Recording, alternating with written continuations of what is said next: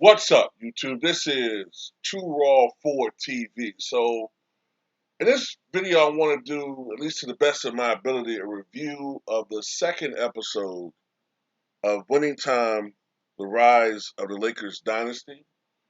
The second episode premiered yesterday on HBO, and I like this episode as well. Um, Not quite as much I like the first episode, but this episode is still pretty good. This episode focused a little bit more on Jerry West's character and introduced Red Auerbach, portrayed by character actor Michael Chiklis, and who you might remember from The Commish back in the 1990s. Um, but this episode kind of really shows Jerry West's issues as a person: volatility, prone to depression, may have been manic depressive. Um, Up and down with his moods, never happy, and he probably at that time, because he had since he retired in 1974, had been the Lakers head coach, I think for at least a stint or two, and he was slated to become the head coach again when Jerry Buss brought the team from Jack Kent Cooke in 1979. Um, so it shows his issues as a person.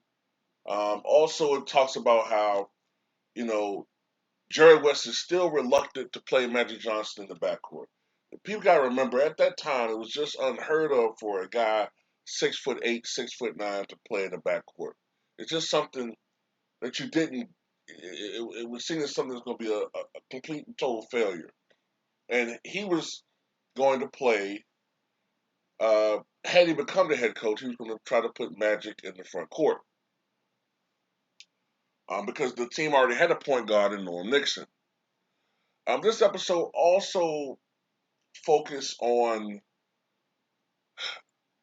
introducing Red Auerbach to show you how the dynamics between two franchises was so different at that time. The Boston Celtics was the preeminent franchise in the NBA at that time. They had 13 world championships and had just drafted boy wonder Larry Bird.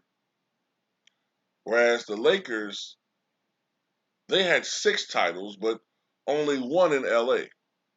So Boston was the preeminent team, and as the Lakers, they had never beaten Boston in a playoff series. As a matter of fact, they had never beaten Boston at Boston, if I'm not mistaken, at that time. They never even beaten Boston at Boston in a playoff game. That's how much the Boston Celtics had dominated the Lakers in the playoffs.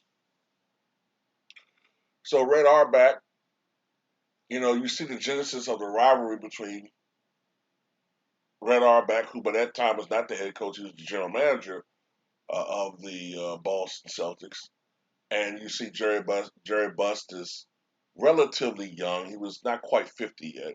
Relatively young, energetic, um, you know, uh, ambitious owner who wanted to turn around the Lakers from being this mediocre franchise to becoming just as good, if not better, than Boston. He wanted a dynasty to be made in the with the Lakers in the 1980s. He also wanted to change the perception of, I guess at the time they might have been the Great Western Forum. I'm not sure about that. They may not have had that name then, but he wanted to change the perception of LA and, you know, star power. He wanted to maximize, he saw the vision of LA and how, with the combination of the weather and stars and the Hollywood atmosphere. He wanted to make his stadium a cash machine, a cash cow. He saw no reason why they couldn't book an act, some type of business act every day of the year. At that time, that was something that just didn't happen. You also see in this episode the introduction of a very young David Stern. Now, at that time, I think David Stern may have been just a high-ranking lawyer, maybe affiliated with the NBA. I don't think he was deputy commissioner in 1979 or 1980. The commissioner at that time was Lawrence O'Brien, but he's introduced. So you're seeing all of these major players who would have pivotal roles in the 1980s in the NBA. I'm trying to think what else the episode showed. I'm gonna tell you one thing that kind of pissed me off a little bit. Um, Irvin Johnson's his mom at first kind of irritated me because the characterization, because I was getting some major Florida Evans vibes, like you know he did his best to try to make her happy, to please her, and she kind of always made him feel like he wasn't doing his best. He was trying to con her. He bought her this tub that she always raved about to her friends, but when she showed it, when he showed her that he had bought it for her, she seemed like she was like irritated. But he heard her like a couple of days later bragging to her friends about how great a son he is and how happy she was with the tub.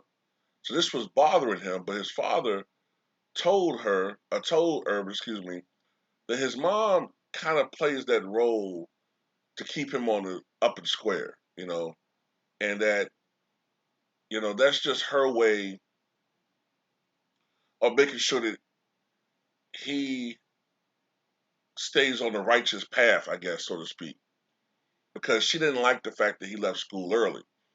And she felt like if something happened, injuries, whatever, he needed something else to fall back on.